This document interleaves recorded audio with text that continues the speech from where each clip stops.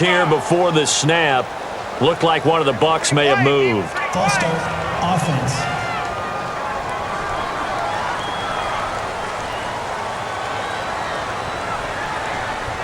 Still second down.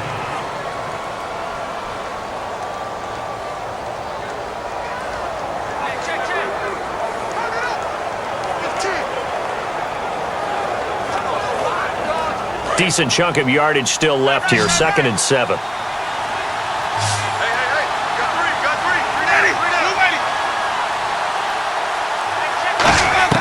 Now Jameis on 2nd down. Jackson's got it over the middle. And he'll get it out near the 40 to the 39. That catch good for 5. It's 3rd down.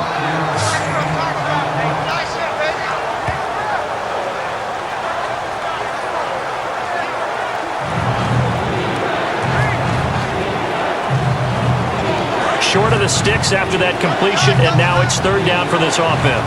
One man on the backfield, that's Martin. And he'll get it up the middle. Just a 1-yard pickup there, and it'll be 4th down. 3rd and 2, and they ran the ball for only 1 yard, and everybody's going to scream at the offense. But let's give a lot of credit to the defense on that play. Defensive front out leveraged the offensive line. They got more people to the football. Yeah, they won that battle in a big way, and they're forcing a big decision now by the guys on offense. Here's Brian Anger now, as they're forced to kick for the 6th time today.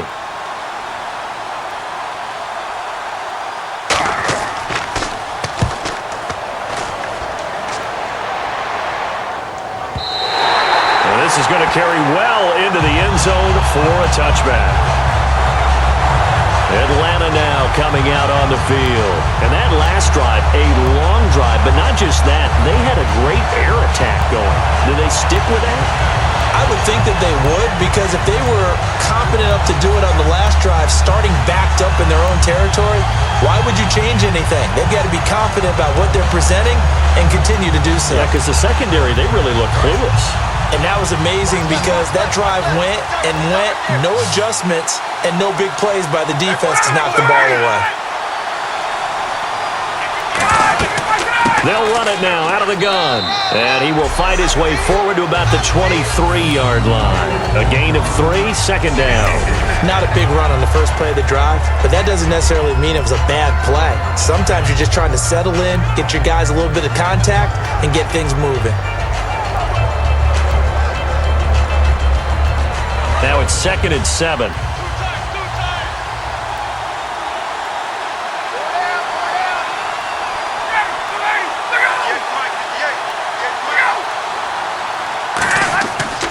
Again, they'll run with Freeman. And some room to roam now. And he's able to get out to the 32, brought down there. It goes as a gain of 8, and it moves the chains. It's nice every now and then in this game not to see people overthink it. Just hand it to the old reliable guy. Let him pick up the 1st down.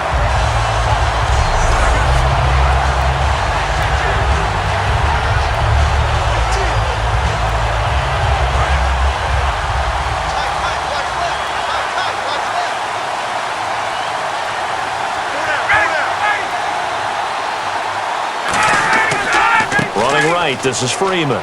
And some room to work. A really nice pickup of 14 yards, and it moves the sticks. When a coaching staff sees their team run the ball this successfully in the 4th quarter, they're really excited because you can plan for a running game all you want and want to press that advantage when you get it. But for the most part, it's a little bit of a surprise. And right now, they've got to keep that going, want to continue to grind out the clock because it's definitely in their favor at this stage of the game. Can they close the game out and continue to do exactly what we just saw there, and that's run the football? They go play action here on 1st down. Connects with Sanu right side. He goes for 18 there as the drive will continue. Really nice little connection there. They go with the corner route, and it works out well. And the best way to set up the corner route is to throw slants throughout the ball game so that when you're able to get back outside, the defender has to respect the inside game.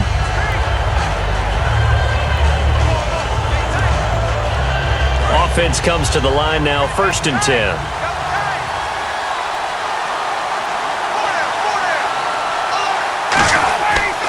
Cole Coleman.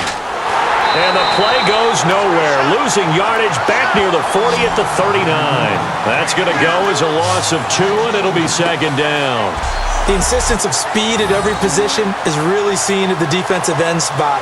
These guys in the old days were often outside linebackers. They just pushed them forward because they wanted to play fast and get to the quarterback or the running backs quicker than ever before.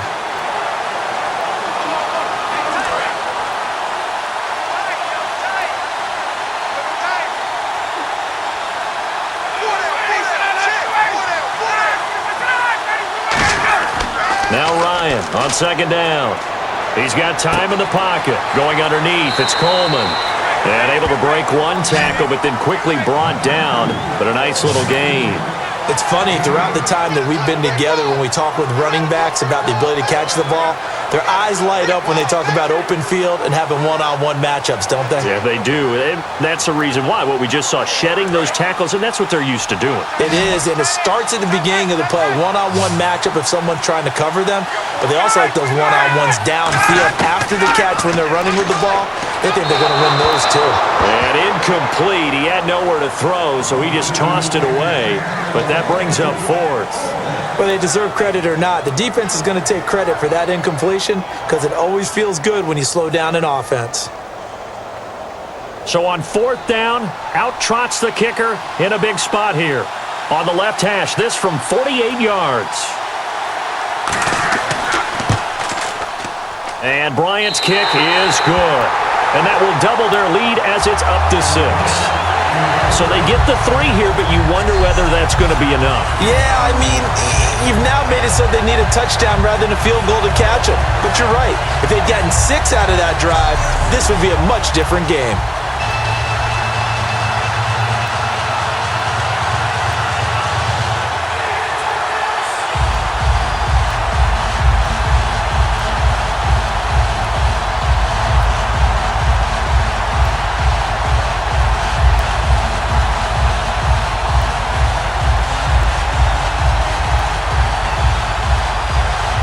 Here's Bosher to kick it away. Fielded about a yard deep. And he'll take it past the 25 and up to the 28-yard line. And Tampa Bay trots out there now.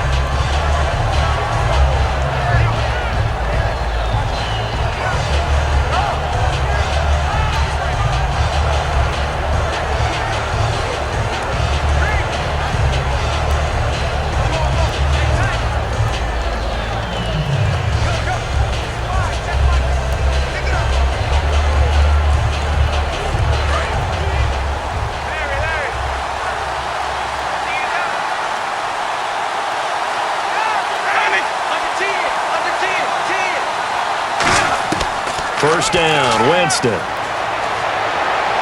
Drops it off to Martin. They showed off a nice juke of the defender before the next wave could bring him down. Give him 7 on the play, and it'll be a second down. So many times you hear today's NFL described as a space game. Get your best players into space with the football in their hands. That's why sometimes you just swing it out to your runner, get him out in the flat, and let him have a chance to make people miss an open field.